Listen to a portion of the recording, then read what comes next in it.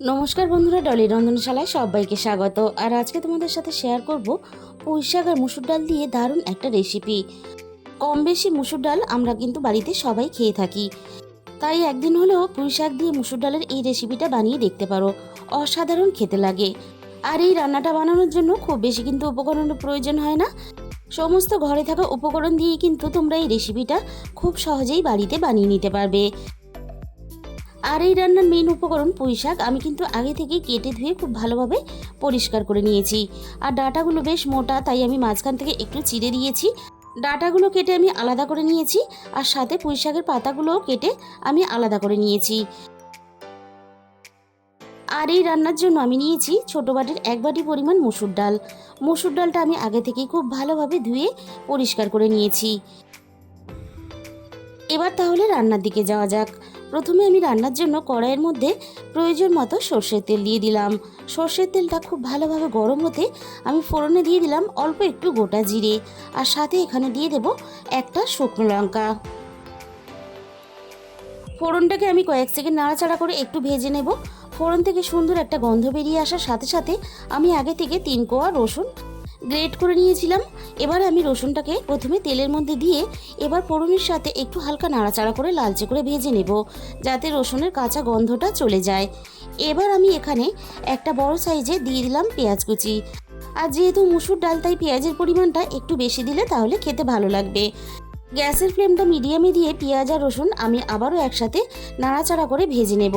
পেঁয়াজটা বেশ একটু হালকা লালচে ভাজা হয়ে গেছে, আমি আর এর থেকে বেশি ভাজলাম না। এবার আমি এখানে কেটে রাখা পুঁইশাকের ডাঁটাগুলো প্রথমে দিয়ে দিলাম। যেহেতু ডাঁটা একটু সিদ্ধ হতে সময় লাগে মুসুর ডালের থেকে ডাঁটা, তাই আমি একটু পেঁয়াজের সাথে নাড়াচাড়া করে ভেজে নেব।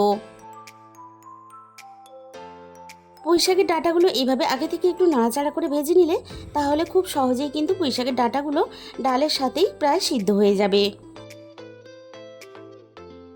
পেঁয়াজের সাথে ডাঁটা আমি খুব ভালোভাবে নেড়েচেড়ে ভেজে নিয়েছি। এবার এখানে আমি দিয়ে দেব আগে থেকে ধুয়ে রাখা সমস্ত মুসুর ডালগুলো। আর তোমরা যদি কেউ সম্পূর্ণ নিরামিষ বানাতে চাও তাহলে কিন্তু এখানে মুসুর ডালের পরিবর্তে মটর ডাল দিয়ে এই রান্নাটা করে নিতে পারো। আর সাথে দিয়ে দিলাম ঝালের জন্য 3টে চেরা কাঁচা লঙ্কা। আমি আবারও সব কিছু খুব ভালোভাবে নাড়াচাড়া করে একটু ভেজে নেব। মুসুর ডাল একটু নাড়াচাড়া করে ভেজে রান্না করলে ডালের মধ্যে দারুণ একটা ফ্লেভার আসে, আর রান্নার স্বাদটা কিন্তু অনেক বেশি ভালো হয়। এবার আমি একে একে মশলাগুলো দিয়ে দেব। দিয়ে দিলাম এখানে 1/2 চামচের একটু বেশি হলুদ গুঁড়ো, আর দিয়ে দিলাম এখানে 1/2 চামচের একটু বেশি ধনে গুঁড়ো। আর এই রান্নাতে জিরে গুঁড়োর থেকে ধনে গুঁড়োর পরিমাণটা একটু বেশি দিতে হবে। আমি এখানে 1/2 চামচের একটু কম দিয়ে দিলাম জিরে গুঁড়ো। এবার আমি সমস্ত মশলা যাতে না পুড়ে যায় তার জন্য সামান্য পরিমাণ জল দিয়ে দিলাম, আর সাথে আমি এখানে স্বাদ মতো লবণটাও দিয়ে দিলাম। এবার আমি সব কিছুর সাথে মশলা খুব ভালোভাবে নাড়াচাড়া করে কষিয়ে নেব। আর এই রান্নাতে ঝালের জন্য কাঁচা লঙ্কাই ব্যবহার করার চেষ্টা করবে, কারণ এই রান্নাতে ঝাল লঙ্কার গুঁড়ো ব্যবহার করলে খেতে খুব বেশি ভালো লাগবে না, আর রান্নার কালারটা একেবারে বদলে যাবে, তাই দেখতেও ভালো লাগবে না। মিনিট 5 মতো সব কিছু একসাথে খুব ভালোভাবে আমি কষিয়ে নিলাম। এর থেকে আমি আর বেশি কষাবো না। এবার আমি এখানে প্রয়োজন মতো জল দিয়ে দিলাম। আর মুসুর ডাল যেহেতু, তাই একটু পাতলা পাতলা করে রান্না করলে খেতে ভালো লাগবে, তাই এই রান্নাতে একটু জলের পরিমাণ বেশি দিতে হবে। আর তাছাড়া ডাঁটাগুলোও সিদ্ধ হবে, সেই হিসাব করে এখানে জলটা দিতে হবে। জলের সাথে মশলা সব কিছু একসাথে খুব ভালোভাবে নাড়াচাড়া করে আমি মিশিয়ে দিলাম। এবার আমি ডাঁটা আর ডাল ভালোভাবে সিদ্ধ হওয়ার জন্য ঢাকা দিয়ে দিলাম। মিনিট 15 পরে আমি ঢাকা খুলে দেখে নেব ডাঁটা আর ডাল খুব ভালোভাবে সিদ্ধ হয়েছে কিনা। আবারও আমি একটু নাড়াচাড়া করে নেব আর দেখে নেব ডাল খুব ভালোভাবে সিদ্ধ হয়েছে কিনা। ডালটা খুব ভালোভাবে সিদ্ধ হয়ে এসেছে, আর ডাঁটাগুলো একটু সিদ্ধ হতে বাকি আছে। এই সময় আমি এখানে কেটে রাখা পুঁইশাকের সমস্ত পাতাগুলো দিয়ে দিলাম।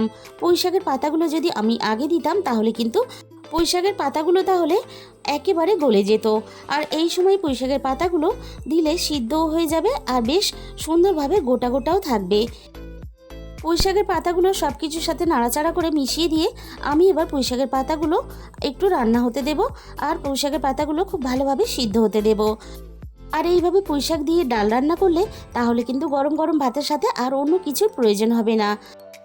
আর এই রান্নাটা শুধু কিন্তু ভাতের সাথে না, তোমরা ইচ্ছে করলে রুটির সাথেও খেতে পারবে।